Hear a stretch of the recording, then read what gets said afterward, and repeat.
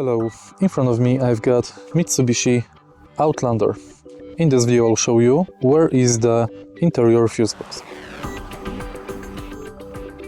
To find interior fuse box in this car, take a look under the steering wheel. We have to open this cover, and to do this use flat screwdriver or something other flat like car key. Insert it here, twist, and now pull it. Interior fuse box is located right there.